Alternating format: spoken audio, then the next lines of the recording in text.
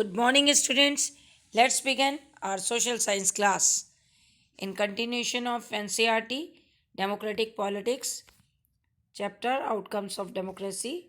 Today's content Reduction of Inequality and Poverty, that is a part of economic outcome. When we talk about social outcome, it contains accommodation of social diversity and dignity and freedom of the citizens. And we have discussed in previous video the political outcomes, that is accountable government, responsive government and legitimate government. So throughout the chapter we have discussed political outcome. Today we are going to discuss social and economic outcomes. When we are going through with table 1 and check the survey report that have shown that dictatorial regimes in an average have a better record of economic growth in comparison to democracy. Then in second table, inequality of income in selected countries. In South Africa and Brazil, the top 20% people take away from uh, the more than 60% of national income. Means South Africa, Brazil, top 20% people take away more than 60% of national income, whereas the other gets approx 3% only, that is in bottom, and the ratio is much better in Hungary and Denmark. So these questions good for board point of view. Now see the reduction of equality and poverty.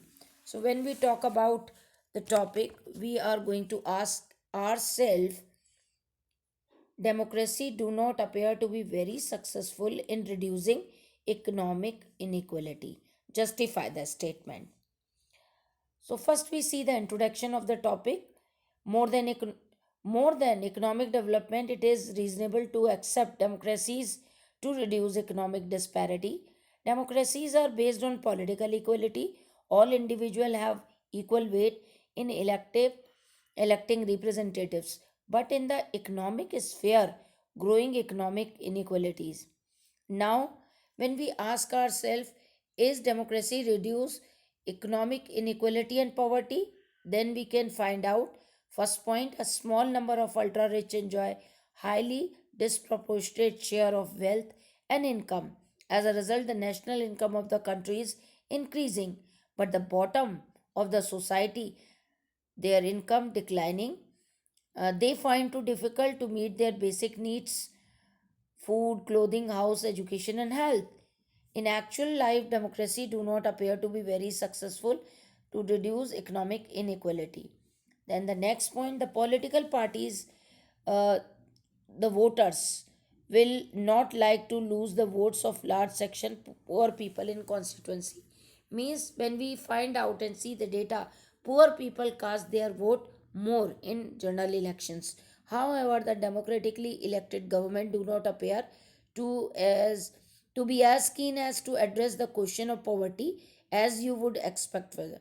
Large number of voters even not get any option by their representative to solve their problem.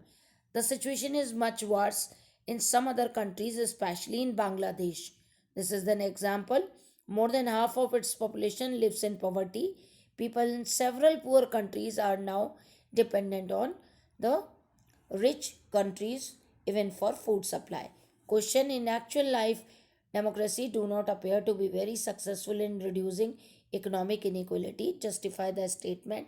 So we are going to write 5 points starting from that the rich people, ultra rich enjoy a highly disproportionate share of wealth and income, and up to Bangladesh. 5 points.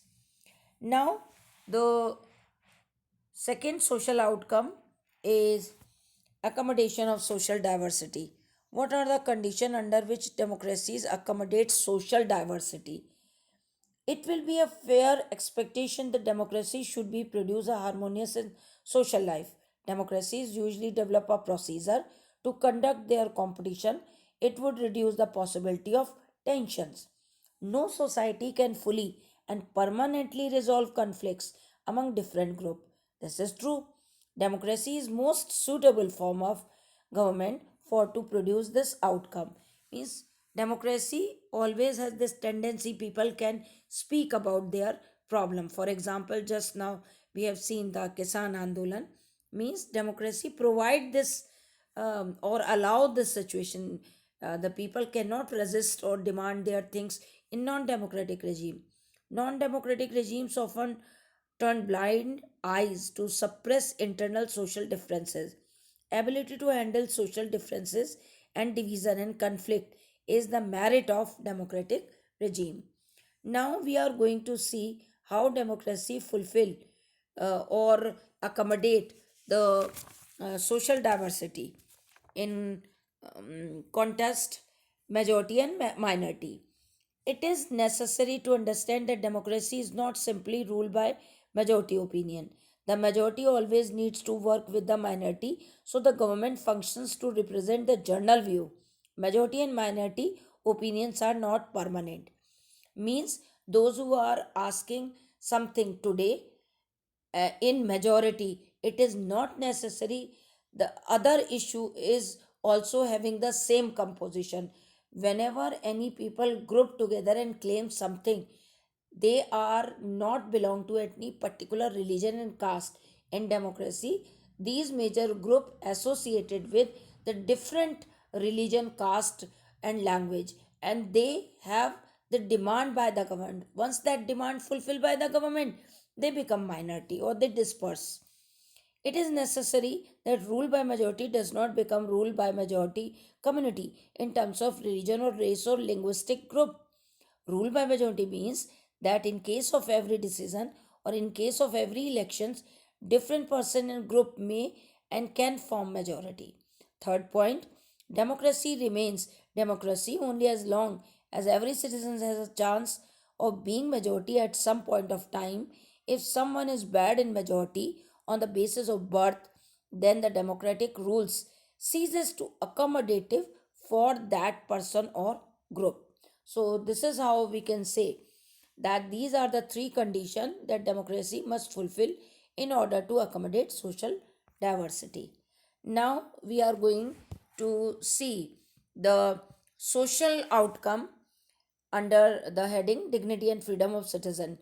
Examine with the help of three examples how dignity and freedom of citizens are best guaranteed in democracy. Every society is diverse in terms of religion, language, culture, caste, but it is only in democracy that equal treatment is given to all the individuals. There should not be any discrimination on the basis of caste, gender, religion, region, etc. Democracy accommodates all social diversity by guaranteeing dignity and freedom to all citizens. How? With the help of example, we are going to see. Take the case of women. For a long time, they were denied equal rights, justice, dignity, and freedom. But democracy has ensured all these to women. Now, the principle of individual freedom and dignity has a legal as well as moral force. And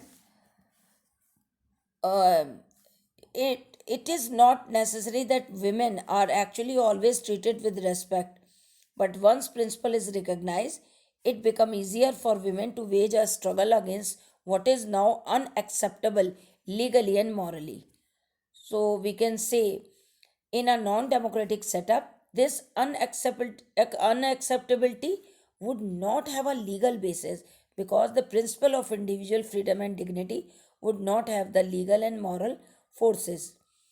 Then in case of weaker section of society like SC, ST, scheduled caste, scheduled tribe and OBC, special provision have been made for the uplift so that they can live with dignity and honor and lead a free life. They are now allowed to vote, choose their representative in the government. No particular religion or language is given any special preference. So, democracy in India has strengthened the claim of disadvantaged and discriminated castes for equal status and equal opportunity. There are instances still of caste based inequality and atrocide, but they lack the moral and legal foundation. Perhaps it is recognition that make ordinary citizen value their democratic rights.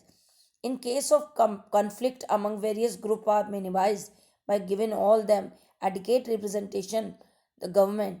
It is also ensured that the rule of majority is not by those who are in majority in number. The majority group needs to work with the harmony with the majority group to ensure that the interest and concern of every group are represented in government.